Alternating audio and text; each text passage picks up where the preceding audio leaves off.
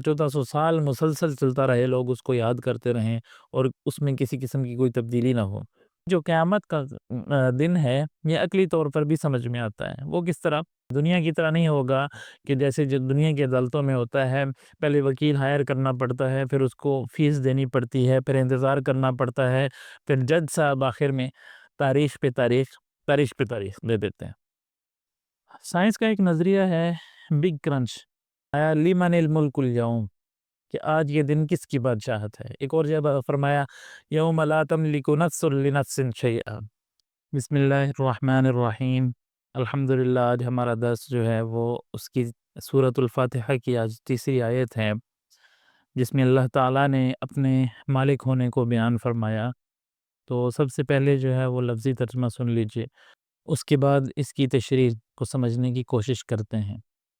اعوذ باللہ من الشیطان الرجیم، بسم اللہ الرحمن الرحیم، مالک یوم الدین، صدق اللہ العظیم۔ مالکی، مالک ہے، یوم الدین، جزا کے دن کا۔ اس سے پہلے کی دو آیات میں اللہ تعالیٰ نے اپنی صفات کو بیان فرمایا تھا، اپنے رب ہونے کو بیان فرمایا، اپنے رحمان ہونے کو بیان فرمایا، رحیم ہونے کو بیان فرمایا، اور اس آیت کے اندر اللہ تعالیٰ اپنے مالک ہونے کو بیان فرما رہے ہیں کہ اللہ تعالیٰ جو ہے وہی مالک ہے۔ اور کس چیز کا مالک ہے؟ ویسے تو اللہ تعالیٰ ہر چیز کا مالک ہے، ان اللہ علی کل شیء قدیر، اللہ تعالیٰ ہر چیز پر قادر ہے، تو قادر وہی ہوتا ہے جو مالک ہوتا ہے۔ لیکن یہاں پر خاص طور پر انجام کا جو وقت ہوگا، قیامت کا جو وقت ہوگا، اس کے بارے میں فرمایا کہ اللہ تعالیٰ اس کا مالک ہے۔ یہاں پر یوم الدین جو بیان فرمایا، تو دین کا جو لفظ ہے اس کے بہت سارے مختلف مطلب ہیں جو اپنے وقت پر بیان کیے جائیں گے، کیونکہ ابھی بیان کیا جائیں تو بہت زیادہ تفصیل ہو جائے گی، اس لیے یہاں پر جو دین کا لفظ مراد ہے، تو یہاں پر دین سے مراد جو ہے وہ جزا کا دن ہے، جس دن بدلہ ملے گا۔ ہر کسی کو اپنے گناہ کا اور اپنے جو اچھے اعمال ہیں ان کا جو بدلہ ملے گا، تو وہ جو جزا کا دن ہوگا، اس دن کا مالک جو ہے تمام لوگوں کو ان کے گناہوں کا جو بدلہ ملے گا یا اچھے اعمال کو جو بدلہ ملے گا، تو وہ جزا کا دن ہوگا، یعنی سزا کا دن بھی ہوگا اور جزا کا دن بھی ہوگا۔ تو اس دن کا جو مالک ہے وہ اللہ تعالیٰ ہے، اور اس دن کوئی بھی جو ہے وہ فیصلہ نہیں کر سکتا۔ یہ صرف نبی اکرم صلی اللہ علیہ وآلہ وسلم کی شان مبارک ہے کہ وہ شفاعت کر سکتے ہیں، ان کو جو ہے وہ شفاعت کی اجازت ہوگی اور وہ اپنے امت کے لیے شفاعت کریں گے، لیکن مالک جو ہے وہ صرف اللہ تعالیٰ ہوگا۔ کوئی نبی، کوئی ولی، کوئی صحابی جو ہے وہ اس دن فیصلہ نہیں کسی قسم کا کر پائے گا۔ جتنی بھی چیزوں کو اللہ کے ساتھ شریک ٹھہرایا جاتا ہے، وہ تمام کی تمام جو ہے وہ اس دن اللہ تعالیٰ کے ہی تابع ہوں گی۔ ویسے بھی سب کچھ اللہ تعالیٰ کی تابع ہے، لیکن کیونکہ دنیا کا جو مقام ہے یہ امتحان کی جگہ ہے، عمل کی جگہ ہے، یہاں پہ اللہ تعالیٰ جو ہے وہ جزا سزا نہیں دیتا، عموماً نہیں دیتا۔ بعض دفعہ جو ہے وہ کوئی ایسا گناہ ہوتا ہے کہ جس کی وجہ سے پھر سزا بھی ضروری ہوتی ہے، تو اللہ پاک سزا دیتے ہیں، عبرت کا نشان بناتے ہیں، لیکن عموماً دنیا میں نہیں ہوتا۔ کوئی کسی کو جو نیک اعمال کرتے ہیں ان کو بظاہر جو ہے وہ کچھ نہیں نظر آتا، جو بد اعمال کرتے ہیں ان کو بھی بظاہر کوئی سزا وغیرہ نہیں ملتی، لیکن آخرت میں یہ سب کچھ ہوگا، اور وہاں پر تنہا مالک جو ہے وہ صرف اللہ کی ذات ہوگی۔ دوسری کئی جگہوں پر اللہ تعالیٰ نے اس بات کو بیان فرمایا، قرآن مجید کے اندر اللہ تعالیٰ نے فرمایا آیا لیمن الملک اليوم، کہ آج یہ دن کس کی بادشاہت ہے۔ ایک اور جگہ فرمایا یوم لا تملک نفس لنفس شیئا، کہ کوئی کسی قسم کا مالک نہیں ہوگا، سب کا مالک اللہ تعالیٰ۔ یہ دنیا میں جو جج ہوتے ہیں، جو فیصلہ کرنے والے ہوتے ہیں، اس طرح کوئی ایسا فیصلہ نہیں ہوگا۔ دنیا میں آپ جج کو دیکھتے ہیں کہ اس کی بڑی ٹھاٹ باٹ ہوتی ہے، لیکن وہ صرف اس کیس کا فیصلہ کر سکتا ہے جو کیس جو ہے اس کے سامنے موجود ہے۔ جب جج فیصلہ کر رہا ہے دنیا میں، تو اس وقت حکومت کسی اور کے ہاتھ میں ہے، فیصلے کسی اور کے ہاتھ میں ہیں، لیکن قیامت کا منظر جو ہوگا وہ اس سے مختلف ہوگا۔ وہاں پر فیصلہ بھی اللہ تعالیٰ کی ذات کرنے والی ہوگی، اور مالک بھی ہر چیز کی اللہ تعالیٰ کی ذات کرنے والی ہوگی۔ اب یہ جو قیامت کا دن ہے، یہ اب عقلی طور پر بھی ثابت ہے۔ یہاں پر تو اللہ تعالیٰ نے بیان فرما دیا اور ہم اس پر ایمان لاتے ہیں، حق ہے، سچ ہے، قیامت نے لازمی آنا ہے۔ لیکن اگر انسان تھوڑا سا عقل کو وسیع کرے، تھوڑا سا سوچ کو وسیع کرے، تو یہ جو قیامت کا دن ہے یہ عقلی طور پر بھی سمجھ میں آتا ہے۔ وہ کس طرح؟ دنیا میں ہم مشاہدہ کرتے ہیں کہ کتنے لوگ بیچارے جو ہیں ان پر ظلم ہوتا ہے اور وہ مظلومیت کی حالت میں دنیا سے چلے جاتے ہیں، اور ان پر جو ظلم ہوتا ہے اس کا کوئی بھی بدلہ اور جزا ان کو نہیں ملتی۔ ہمارے ملک میں کتنے واقعات ایسے ہوتے ہیں، پوری دنیا میں ہوتے ہیں ایسے۔ ہمارے ملک کو بہت زیادہ ہم نے خود ہی بدنام کر دیا، لیکن دوسرے تمام ملکوں میں بھی اس طرح ہوتا ہے، کسی پر ظلم ہوتا ہے اور اس کو کوئی اس کا جزا نہیں ملتی، وہ پوری زندگی اپنے ظلم کو برداشت کر کے مر جاتا ہے، اور اسی طرح ظالم جو ہے وہ ظلم کرتے کرتے کرتے کرتے مر جاتا ہے، دونوں کا کوئی نتیجہ نہیں نکلتا۔ اب کیا جو مظلوم جو ہے اس کو کہیں بھی اس چیز کا بدلہ نہیں ملنا؟ مظلوم نے 30 سال 35 سال 40 سال 25 سال جو ظلم جو ہے وہ اپنے اوپر برداشت کیا ہے، کسی بھی وجہ سے کیا ہے، وہ نہیں کر سکتا تھا، تو کیا اب کوئی ایسا دن بھی نہیں آئے گا کہ اس کو کوئی بدلہ نہ ملے؟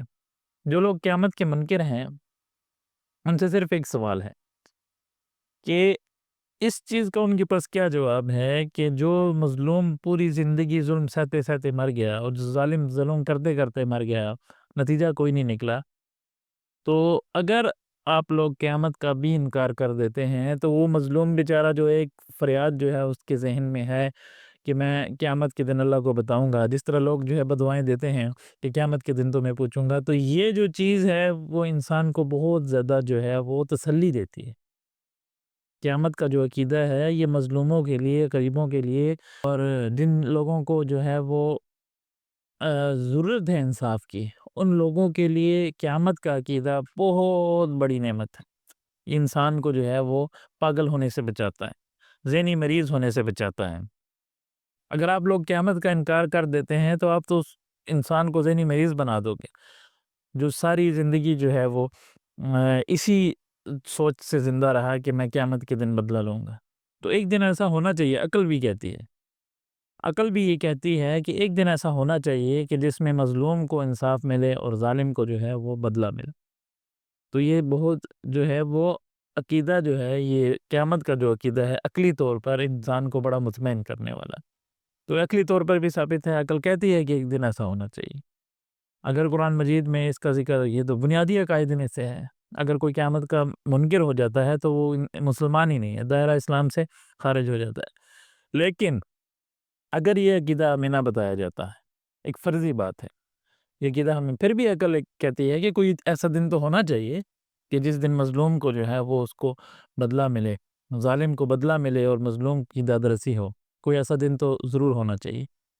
سائنس کا ایک نظریہ ہے بگ کرنچ۔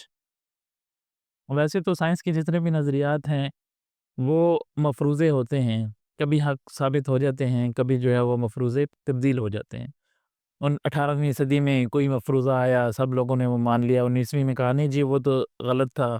کبھی کہتے رہے کہ سورج گھومتا رہا ہے زمین کے گرد، کبھی کہتے ہیں کہ زمین سورج کے گرد گھوم رہی ہے، گھوم رہی ہوگی، یقیناً گھوم رہی ہوگی، کوئی ایسی بات نہیں ہے۔ جب تک اگلا مفروضہ نہیں آتا ہم اس کو مان لیتے ہیں، کیونکہ قرآن حدیث کے مخالف نہیں ہے۔ بہرحال بات یہ ہے کہ سائنس کے جتنے بھی نظریات ہیں وہ اتنے قابل اعتماد نہیں ہیں جتنا جو ہمارے لیے قرآن مجید کا قابل اعتماد ہے، کیونکہ قرآن مجید کی حقانیت ہم آنکھوں سے دیکھ چکے ہیں کہ دنیا کا کوئی بھی کلام ایسا نہیں ہو ہی نہیں سکتا کہ جو 1400 سال سے جس میں کوئی تبدیلی نہ ہو، اور دنیا کا کوئی بھی کلام ایسا ہو نہیں سکتا کہ جس میں 1400 سال سے ہر صدی میں لوگ جو ہے وہ اس کو یاد کرتے آئے ہوں، 1400 سال مسلسل چلتا رہے، لوگ اس کو یاد کرتے رہیں اور اس میں کسی قسم کی کوئی تبدیلی نہ ہو۔ تو قرآن کی حقانیت تو ثابت ہے، تواتر کے ساتھ چلتا آ رہا ہے، تو قرآن تو حق ہے، سچ ہے، جو قرآن کہے گا وہی حرف آخر ہوگا۔ سائنس کے مفروضے جو ہے وہ تبدیل ہوتے رہتے ہیں، تو ہماری یہ کوشش ہرگز نہیں ہے اس درس کے اندر کہ ہم جو ہے وہ قرآن کی آیات کو جو ہے وہ سائنس پہ منطبق کرتے رہیں، لیکن کوئی پوائنٹ ایسا آیا جس میں یہ بات واضح ہوتی ہوئی کہ سائنس جو ہے وہ قرآن سے مطابقت کر رہی ہے تو اس کا ذکر کیا جائے گا، تو اس لیے اس نظریے کا ذکر کرنے ضروری سمجھا۔ تو ایک نظریہ ہے بگ کرنچ کے نام سے۔ اب اس نظریے کے مطابق جو ہے یہ کائنات ایک دن ختم ہو جائے گی۔ کیسے ختم ہو جائے گی؟ اس نظریے میں یہ کہا گیا ہے کہ کائنات جو ہے وہ مسلسل پھیل رہی ہے، اس کا پھیلاؤ جو ہے وہ بڑھتا جا رہا ہے، اور یہ تو بات حق ثابت ہے کہ کائنات کے اندر گریوٹی بھی ہے۔ اب یہ گریوٹی جو ہے جو ایک مخصوص مقدار میں ہے، یہ اگر کائنات کے پھیلاؤ جو اس کے پھیل رہی ہے اس پر غالب آ جاتی ہے، اسی صورت کے اندر کائنات جو ہے وہ پھیلنے کے بجائے سکڑنا شروع کر دے گی۔ جب کائنات سکڑنا شروع ہوگی تو وہ ایک دن ختم ہو جائے گی، اور اس کے اندر جتنی بھی توانائیاں ہیں، جتنے بھی مادے ہیں، سب کے سب جو ہے وہ گرم، انتہائی گرم حالت میں جمع ہو جائیں گے۔ یہ اس نظریے کو آپ جو ہے وہ سرچ بھی کر سکتے ہیں، اپنے طور پر سرچ کیجیے تو خلاصہ یہی نکلے گا جو 2 منٹ میں بتایا ہے۔ تو یہی تو قیامت ہے۔ اگر اس نظریے کو سچ مان لیا جائے تو یہی تو قیامت ہے کہ کائنات ختم ہو جائے گی، وہی انتہائی گرم حالت جو ہے وہ ہوگی، تمام مادے اور توانائی جو ہے وہ انتہائی گرم۔ تو جو بگ کرنچ کہہ رہا ہے وہی قرآن نے 1400 سال پہلے کہہ دیا۔ تو کہنے کا مطلب یہ ہے کہ یہ مفروضہ ہے، نظریہ ہے، اس پر جو سائنس کا ہے اس کو صرف ایک حوالے کے طور پر ہم بیان کر سکتے ہیں، لیکن حقیقت یہی ہے کہ جو قرآن نے بیان کر دیا، قیامت آئے گی تو ضرور آئے گی۔ تو خلاصہ یہ ہے کہ وہاں پر جج اور مالک جو ہوگا وہ صرف اللہ تعالیٰ کی ذات ہوگی، دنیا کی طرح نہیں ہوگا کہ جیسے جو دنیا کی عدالتوں میں ہوتا ہے، پہلے وکیل ہائر کرنا پڑتا ہے، پھر اس کو فیس دینی پڑتی ہے، پھر انتظار کرنا پڑتا ہے، پھر جج صاحب آخر میں تاریخ پہ تاریخ دے دیتے ہیں۔ تو اس طرح کا کوئی بھی معاملہ جو ہے وہ قیامت کے دن نہیں ہوگا، بلکہ وہاں پر جو بھی فیصلہ ہوگا حق ہوگا، سچ ہوگا، اور کوئی اس فیصلے کو جھٹلا نہیں سکے گا۔ تو ساری بات کا مقصد یہ ہے، قرآن کی آیت کا بھی مقصد یہ ہے کہ ہم اس دن کی تیاری کریں۔ وہ جو قیامت کا دن آنا ہے، لازمی آنا ہے، جس میں کسی قسم کا کوئی شک نہیں ہے، اس دن کی ہم جب تیاری کر لیں گے تو ہم وہاں پر کامیاب ہو جائیں گے، اور اصل کامیابی وہاں کی ہی کامیابی ہے۔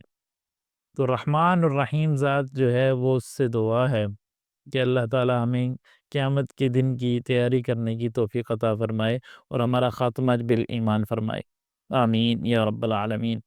چینل کو سبسکرائب کر لیجئے گا، اور اس کو جو ہے وہ کیونکہ یہ نیک کام ہے تو اس کو دوسروں کے ساتھ شیئر کیجئے تاکہ کسی کا بھلا ہو جائے اور کسی کو جو ہے وہ قرآن کو سمجھنے میں آسانی ہو جائے۔